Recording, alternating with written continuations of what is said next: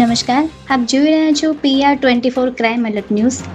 Ahmedabad cyber crime બ્રાન્ચે AI ટેકનોલોજીના દુરુપયોગ દ્વારા આચરવામાં આવતા એક અત્યંત હાઈટેક અને ચકચકનારી લોન કૌભાંડનો પર્દાફાશ કર્યો છે.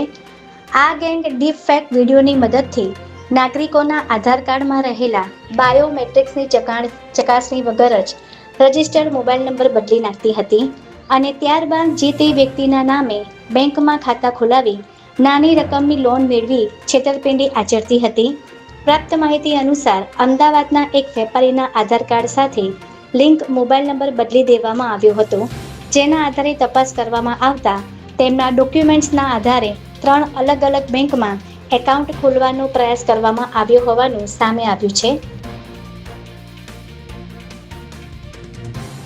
આ આંતરરાજ્ય કૌભાંડમાં સંડોવાયેલા મુખ્ય સૂત્રધારો સહિત 3 વધુ આરોપીઓની આસામ અને ઉત્તર પ્રદેશથી ધરપકડ કરવામાં આવી છે, જેઓ ટેલિગ્રામ અને GST પોર્ટલ જેવા માધ્યમોથી લોકોના ડેટા ચોરી કરીને આ ગુનાહિત પ્રવૃત્તિને અંજામ આપતા હતા.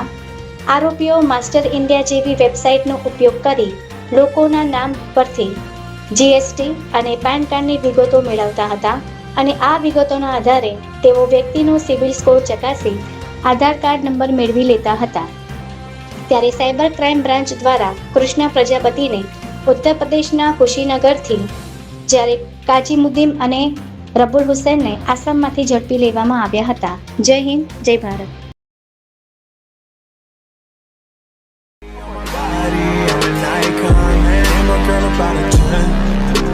Fuck her